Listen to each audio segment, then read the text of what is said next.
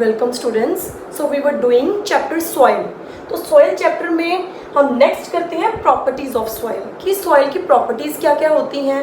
First property, soil contains air. Soil के अंदर air होती है। Soil contains water. सॉइल के अंदर वाटर होता है। Soil can absorb water. Soil water को एब्जॉर्ब करता है। Soil allows water to percolate. Soil क्या करता है, वाटर को पर्कुलेशन में हेल्प करता है। मतलब पर्कुलेशन मतलब कि अगर हमने सॉइल के अंदर वाटर डाला तो आफ्टर सम टाइम वो सॉइल सारा वाटर क्या कर लेता है, एब्जॉर्ब। तो वाटर वो जाता कहाँ पे है, अंडरग्राउंड। तो सबसे पहले हम फर्स्ट प्रॉपर्टी को एक्सप्लेन करूंगी मैं। Soil contains air. सॉइल के अंदर एयर होती है। कैसे पता लगेगा, अगर हम एक सॉइल को किसी बीकर के अंदर डाल लेते हैं और ऊपर से थोड़ा वाटर डाल दें, सॉइल के अंदर अगर हम वाटर डाल देते हैं, यू कैन सी कि कुछ बबल्स निकलते हैं। वो बबल्स क्या इंडिकेट करते हैं कि सॉइल कंटेन्स एयर, कि सॉइल के अंदर क्या है, air. Next, soil contains water. Soil के अंदर वाटर भी होता है। कैसे पता लगेगा, अगर आप सॉइल को एक बीकर में रखते हो और उसको हीट प्रोवाइड करते हो, हीट प्रोवाइड करने से पहले अगर उस बीकर के ऊपर आप वॉच ग्लास रख देते हो, आफ्टर सम टाइम आप उसको हीट प्रोवाइड कर रहे हो, तो हीट क्या निकलेगी सॉइल में से, वाटर निकलेगा। जो वॉच ग्लास के ऊपर एक मॉइस्चर लग जाएगा, वो मॉइस्चर क्या इंडिकेट करता है कि सॉइल कंटेन्स वाटर, कि सॉइल के अंदर क्या है, water. Also on a hot summer day air above the soil is shimmering. आपने देखा होगा on a very hot summer day जो सॉइल है वो शिमर करती है। ऐसा क्यों? क्योंकि जो सॉइल है on a hot summer day, soil के अंदर, जैसे कि मैंने पहले बताया कि सॉइल कंटेन्स वाटर, सॉइल के अंदर वाटर है, तो अगर on a hot summer day वो वाटर क्या करेगा, इवेपोरेट। और जो वाटर इवेपोरेट करेगा वो किस में चेंज हो जाएगा, वाटर वेपर्स के अंदर। तो सॉइल के अंदर वाटर है, सन की हीट की वजह से, हॉट समर डे सन की हीट की वजह से वो वाटर क्या करेगा, इवेपोरेट। वो वाटर जो इवेपोरेट कर जाएगा किस में चेंज हो जाएगा, वाटर वेपर्स के अंदर। तो वो वाटर वेपर्स सनलाइट को रिफ्लेक्ट करते हैं इररेगुलरली। तो क्योंकि वाटर वेपर्स जो सॉइल के बीच में से निकल रहे हैं वो सनलाइट को रिफ्लेक्ट कर रहे हैं इररेगुलरली, जिससे हमें क्या पता लगता है कि soil is shimmering. It seems that soil is shimmering. तो हम इसकी परसेंटेज भी फाइंड आउट कर सकते हैं कि वाटर कितना एब्जॉर्ब हो रहा है या सॉइल के अंदर कितना वाटर है। उसकी परसेंटेज कैसे फाइंड आउट करेंगे, percentage of water in soil is equals to mass of water in soil over original mass of soil multiply by 100। कैसे पता लगेगा ये, हमने एक सॉइल ली, सॉइल का हमने वेट कर लिया, वे करने के बाद उसका हमें क्या पता लग गया, ओरिजिनल मास ऑफ सॉइल, की सॉइल का ओरिजिनल मास कितना है। उसके बाद हमने उसी सॉइल को ड्राई होने के लिए रख दिया एक न्यूज़पेपर के ऊपर। तो जब हमने सॉइल को ड्राई होने के लिए रखा, वो अच्छे से वाटर जितना था उस सॉइल के अंदर वो इवेपोरेट हो गया। अब जो सॉइल है वो ड्राई सॉइल है क्योंकि वाटर क्या हो चुका, इवेपोरेट। तो जो पहले वाला सॉइल थी कौन सी, ओरिजिनल मास ऑफ सॉइल। अब जो ड्राइड सॉइल है दोनों को माइनस कर लिया, जिससे क्या पता लग जाएगा कि कितना वाटर था उस सॉइल के अंदर। क्या बताएगा वो, मास ऑफ वाटर इन सॉइल। दोनों को सब्ट्रैक्ट करने के बाद divided by original mass of soil, की जितनी सॉइल की ओरिजिनल मास था, मल्टीप्लाई बाय 100। ये फॉर्मूला हमें क्या बताएगा, percentage of water in soil, कि सॉइल के अंदर कितना वाटर प्रेजेंट है। Next is soil can absorb water. Soil के अंदर वाटर होता भी है और वो सॉइल एब्सॉर्ब भी करती है water. Soil contains water and also soil can absorb water. वो और वाटर को भी एब्सॉर्ब करती है। कैसे सॉइल एब्सॉर्ब करती है वाटर, क्योंकि वो पोरस होती है। What is porous, it contains pores.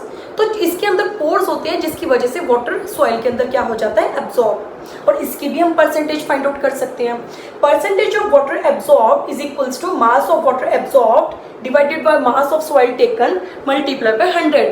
तो जो मास ऑफ वाटर एब्सॉर्ब्ड है ये कैसे निकलेगा, टेक अ मेजरिंग सिलेंडर। हमने एक मेजरिंग सिलेंडर लिया, उसका जितना वॉल्यूम है हमने उसको मेजर कर लिया। लेट्स सपोज वो 50 ml है, तो 50 ml हमने मेजर कर लिया मेजरिंग सिलेंडर में वाटर। और एक साइड पे हमने फनल ली और फनल के अंदर एक फिल्टर पेपर के अंदर हमने सॉइल ले ली। सॉइल को ले लिया फिल्टर पेपर के अंदर और उसको फनल के अंदर रख दिया। तो ड्रॉपर के साथ हम सॉइल के ऊपर वाटर को डालेंगे। तो ड्रॉपर के साथ जब ड्रॉप वाइज हम वाटर को पोर करेंगे तो सॉइल ऑब्वियसली वाटर को एब्जॉर्ब करेगी। सॉइल एब्जॉर्ब करेगी लेकिन एक एक्सटेंट तक। अगर हम ड्रॉपर से जो कितना लिया था हमने वाटर 50 ml, तो ड्रॉप वाइज हम सॉइल के ऊपर पोर कर रहे हैं, लेट्स सपोज 20 ml एब्जॉर्ब करने के बाद उसके बाद वो जो वाटर था सॉइल के अंदर वो ड्रिप होना शुरू हो गया, मतलब वो 20 ml तो वाटर सॉइल ने एब्जॉर्ब कर लिया। अब उसकी मैक्सिमम रेंज है और वाटर वो एब्जॉर्ब नहीं कर सकता, बाकी का जो वाटर आप ड्रॉपर से डालोगे ड्रॉप वाइज वो ड्रिप करना शुरू कर गया, वो नीचे बीकर में आना शुरू हो गया। दैट मीन्स अब वो मैक्सिमम कैपेसिटी है एक सॉइल की एब्जॉर्ब करने की। तो हम क्या करेंगे, जितना वाटर कितना उसने यूज़ किया 20 ml, पहले कितना लिया था हमने 50 ml, कितना बच गया मेजरिंग सिलेंडर के अंदर 30 ml।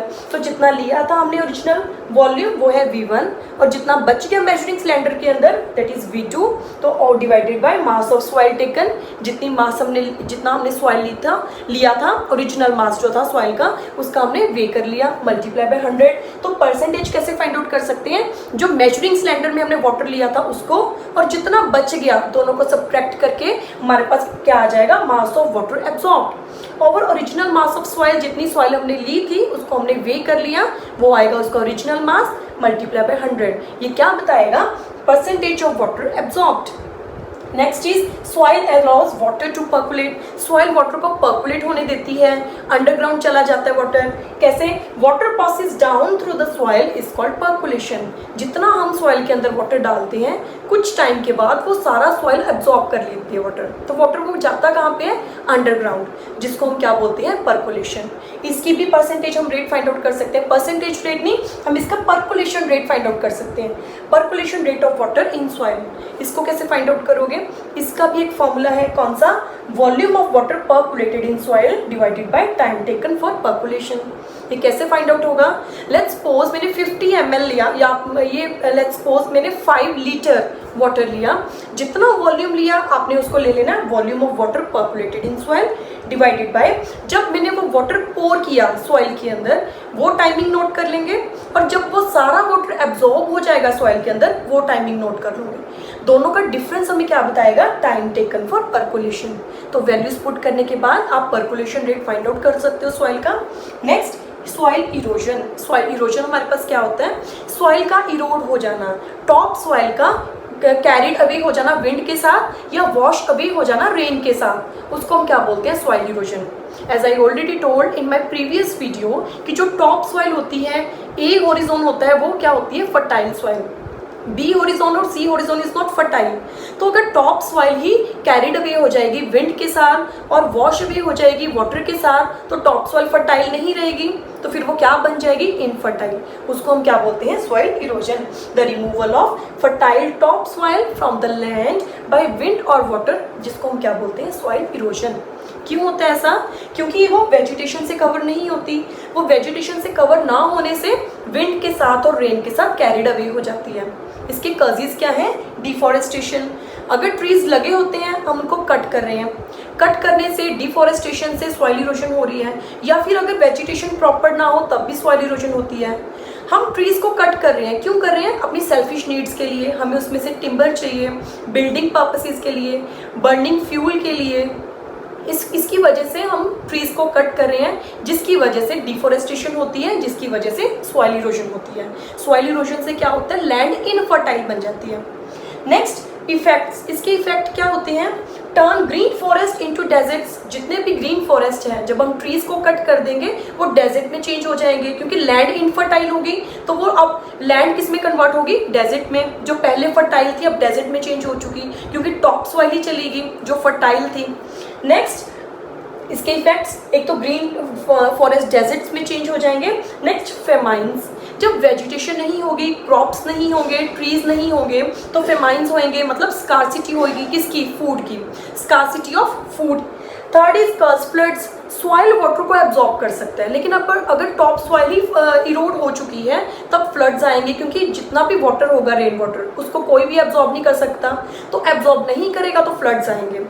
नेक्स्ट प्रिवेंशन, कैसे प्रिवेंट कर सकते हैं इसको, अफॉरेस्टेशन, ट्रीज को ग्रो करके, अगर ट्रीज को कट किया भी है तो नए ट्रीज हमें ग्रो करने चाहिए, अफॉरेस्टेशन। नेक्स्ट इज वेजिटेशन, अगर ट्रीज नहीं ग्रो करने तो वेजिटेशन के साथ उसको कवर कर दो, वेजिटेशन में ग्रास हो सकते हैं, हर्ब्स हो सकते हैं, श्रब्स हो सकते हैं। Next soil pollution, soil pollute कैसे हो रही है, contamination of soil with waste materials, waste materials अगर हम सॉइल के अंदर थ्रो कर देते हैं, that is known as soil pollution.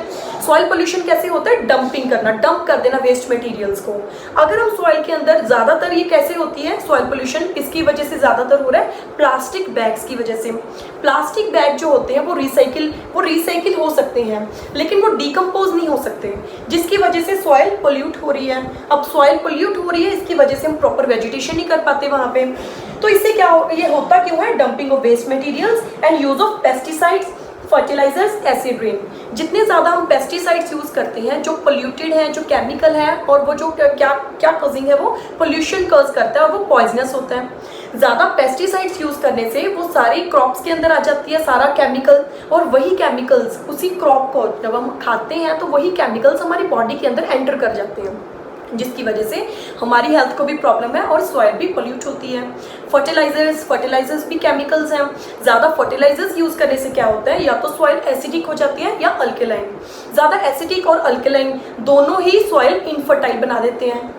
Third is acid rain. जितनी भी एमिशन हो रही है गैसेस की, डेंजरस गैसेस की, हार्मफुल गैसेस की, वो रेन को क्या बना रहे हैं? Acid rain.